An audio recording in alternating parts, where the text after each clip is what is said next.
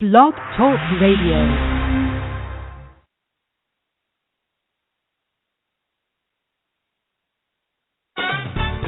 Hey kids, it's time for Stories from the Heart with Carol and Mark.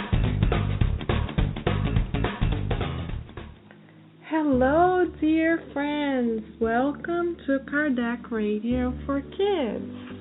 Thank you so much for welcoming us into your homes.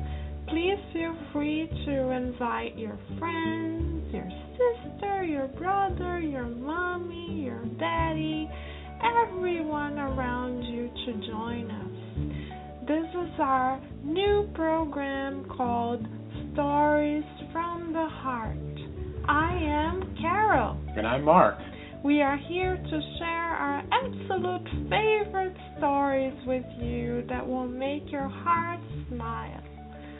The first story we'll share with you is Little Bella and the Caterpillar Bernadette. Are you ready? Ready? I'm ready. Set? Go!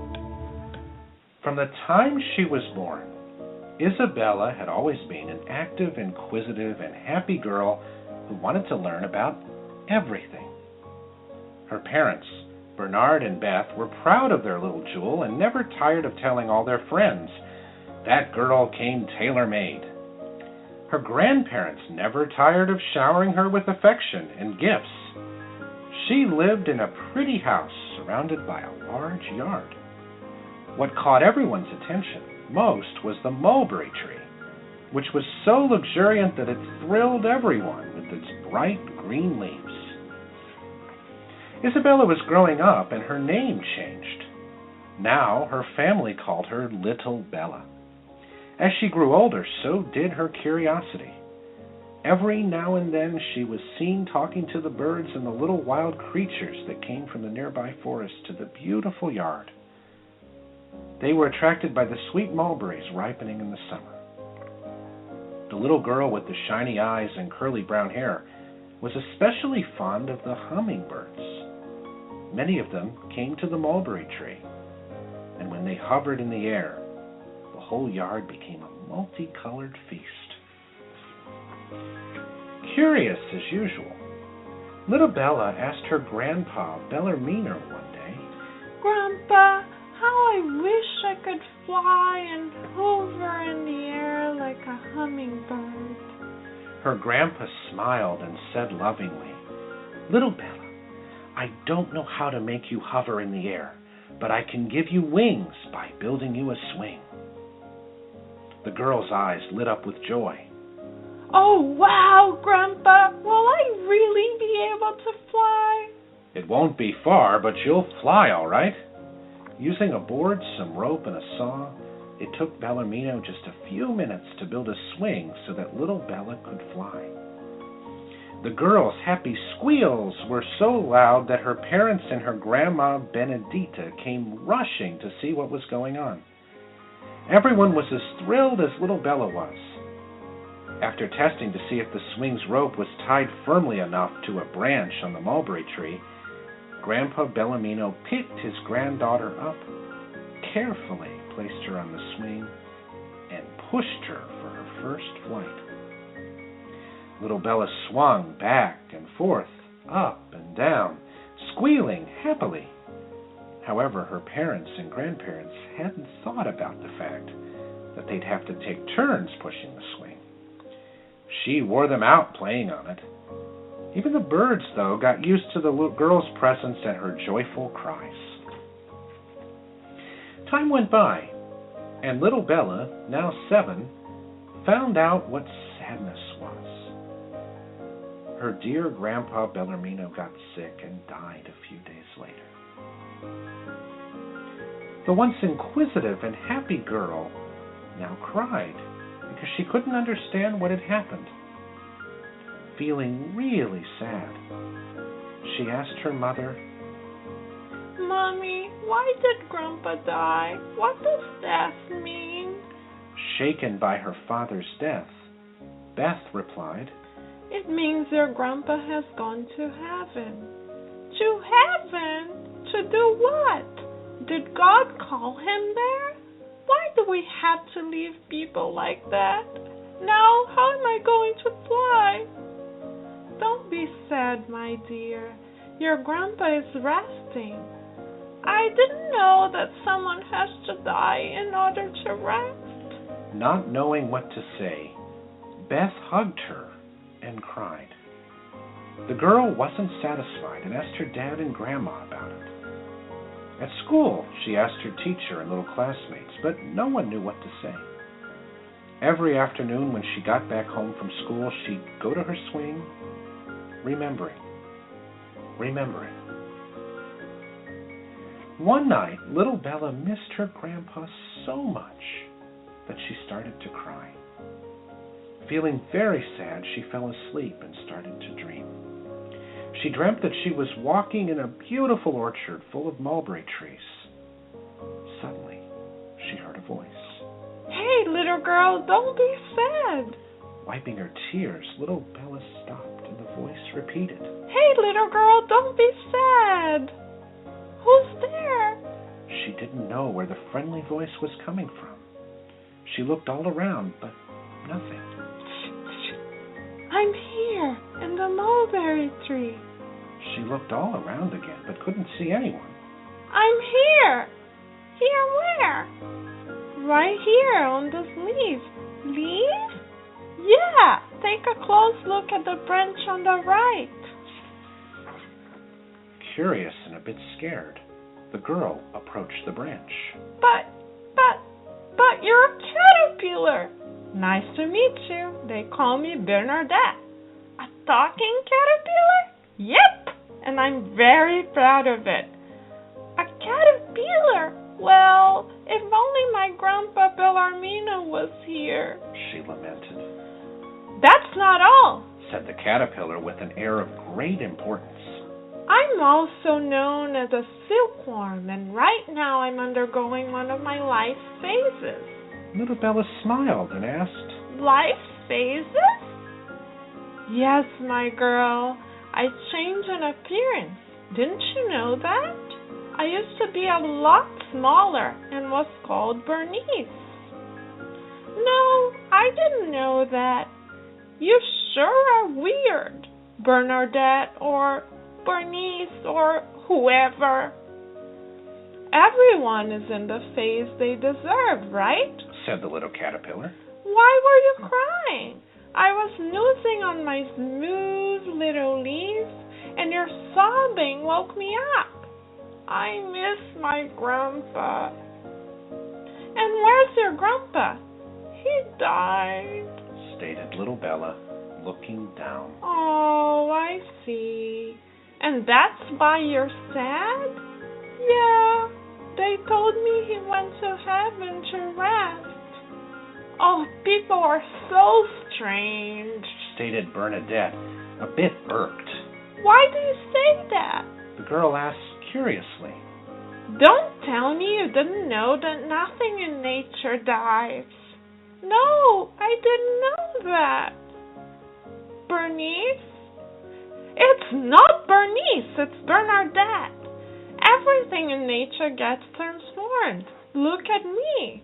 I used to be an egg, then a much smaller worm called Bernice, and now I'm a full-grown caterpillar named Bernadette.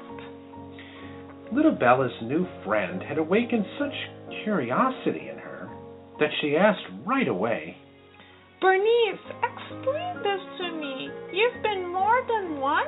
How many have you been? Oh my, caterpillars have to be so patient with people, stated Bernadette, annoyed. My name is Bernadette, not Bernice. I used to be a tiny egg, but I didn't have a name back then. Next, I turned into a little worm, and so my name was Bernice. Today, I'm a full-grown caterpillar.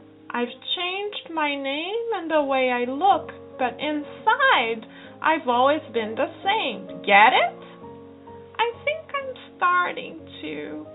Oh, if you excuse me a sec, Bernadette said politely, and turning to one side, she pulled a small piece off a berry leaf and munched it with gusto. Sighing, she said, Ah, how delicious, so fresh. You eat leaves? Of course! They're a lot healthier than those hamburgers you eat with French fries. Now, where were we? You said you used to be a little egg, then a little worm, and now you're a caterpillar. Oh, yeah, I remember. agreed Bernadette proudly. That's right. I used to be a tiny egg, a little worm, and now I'm a caterpillar. Soon I'll be a cocoon, and someday a moth. Wait a sec! Interrupted little Bella. What's a cocoon? Now, hold on, little girl. Don't get all excited. I'll explain, said Bernadette. A cocoon is a halfway phase between a caterpillar and a moth. I stay quiet inside the cocoon, waiting for the big moment I've expected ever since I was a tiny egg inside my mom. Whoa! You turn into a moth? Of course!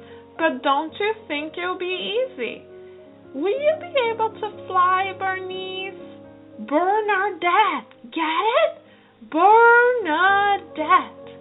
Yeah, someday I'll be able to fly like a hummingbird. The only difference is that hummingbirds can hover in the air. To become a moth, I need to weave a lot of threads. Now it's time to get back to work. That's why people call me silkworm. With the threads we caterpillars produce, people make silk. All this is why I've told you your grandpa didn't die. He just passed from one state to the next. He was transformed like you? Yep. Humans also change bodies and names, but in essence, they stay the same. They evolve like the caterpillar. They need to weave invisible threads, threads of love. Get it? So, we're silkworms on two legs? Sort of. Humans keep evolving by reincarnating. Your grandpa is still alive, but without the body you used to know. So, he didn't go to heaven to rest? Oh boy, human beings, they're always thinking about resting. You know, when someone is going through a transformation, the work increases. Your grandpa will soon become a little egg in some woman's womb and come back to the world to weave new invisible threads of love. Invisible threads of love? That's a good one, Bernice. It's not oh, forget it. When love is true, it binds people by means of invisible threads linked to the heart. Look at the cocoon I'm making. And pointing to the other leaves on the mulberry tree, Bernadette showed her other cocoons. They all looked like little balls of yarn, all bunched up. When you're ready to go home, take hold of one end of the thread from one of the cocoons and start walking. I'll be here unrolling them. Stick it to your bedroom window. That thread from the mulberry tree will represent our friendship, okay? Okay, Bernice. Oh boy, what's your name? Isabella. But you can call me Little Bella. Okay, little fella. And laughing, the caterpillar said, Now we're even. Don't forget your grandpa didn't die. Got it. So, does that mean he's going to be born again? Yes, little fella, he's going to be born again. My name is not Little Fella. Let's make a deal. You stop calling me Bernice and I'll stop calling you Little Fella. Deal! I have to go home, the girl said sadly. All right, you'd better, because I've got a lot of work to do. Now take hold of the end of the thread from that cocoon and begin pulling it as you go. Meanwhile, I'll keep unrolling it. Bernice! What is it, little fella? Am I going to see you again? Have you forgotten already? Those who are joined by the threads of true love are never, ever apart. You're a little scatterbrained, but I think we already have a little thread linking our hearts. Now let's change subjects, because a caterpillar can't cry. Otherwise I'll get the silk threads that I've been weaving completely wet. Little Bella reached for the caterpillar and asked her to walk on her hand. Bernadette was touched and agreed, and like a little accordion, she started walking across little Bella's fingers. Then the caterpillar said to the girl, Do you know what you're doing, little fella? No, I don't, Bernice. When we show fondness, we're weaving the invisible threads of love. We'll be linked forever, since true love never dies. Now, little fella, you better go. But don't forget that dying is like becoming a moth. Your grandpa is living in another world. He's being transformed, but continues on, living as a spirit. Okay, Bernice, thanks. I'll never forget you. Go on now, little fella. Take hold of the end of the thread and head home. With tears in her eyes, little Bella, got farther and farther away, and Bernadette's cocoon thread kept stretching. When she got back to her room, little Bella looked at the window and saw the little thread connected to the mulberry tree and glimmering in the sun. Eagerly she ran towards the tree, but when she got there, she didn't see the caterpillar. Disappointed, she looked all around. Then she sat under the shade of the tree and started thinking. After a few minutes, a very pretty moth flew around her and said, Hi, little Bella. Look at what a pretty moth my efforts have turned me into. Now my name is Beatrice. Little Bella laughed, stood up and ran after Beatrice, or was it Bernadette or Bernice? The name didn't matter. What does matter is the threads of love we weave in each other's hearts. Doing pirouettes in the air, Beatrice got farther and farther away until she disappeared over the horizon. And little Bella, or little fella, kept running after her, waving to her with her little thread of love tied firmly to her heart. The next morning, little Bella woke up, recalling the beautiful dream she'd had. In her heart, she was certain that her grandpa was alive, and that one day they'd be together again. Did you like the story, my little friends?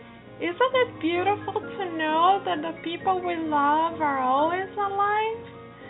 I hope you learned with little Bella that only the physical body dies. Our spirit is free and continues on living. Isn't that beautiful? Do you have someone you love who has passed on? Yeah? So now you know that they're alive and beautiful, loving you even more than they did before. Do you want to form a little thread of love from your heart to their hearts? Here's an idea for you. How about making a beautiful drawing and asking your guardian angel to take it to them? Who's your guardian angel? She's a beautiful spirit, like a spiritual mama or daddy who takes care of you always, every day of your life, and who is there to encourage you and love you no matter what. So what you can do is make a beautiful drawing with the help of your mommy and daddy, and then ask your guardian angel to take it to those you love. But how do you call your garden angel? Oh, that's so easy. We have a little song for you. Are you ready? Here we go. Garden angel, garden angel, here I am, calling for your help, calling for your love. I am ready, Garden angel, here I am, calling for your help, calling for your love. I am ready. Are you ready, my little friends? Now you know this beautiful song, and every time you sing it, your garden angel will be right there for you. Isn't it so beautiful to be loved? I hope you enjoyed the story we shared from our heart to yours. All the love to you today and always, and we'll see you next time. Bye-bye. Bye.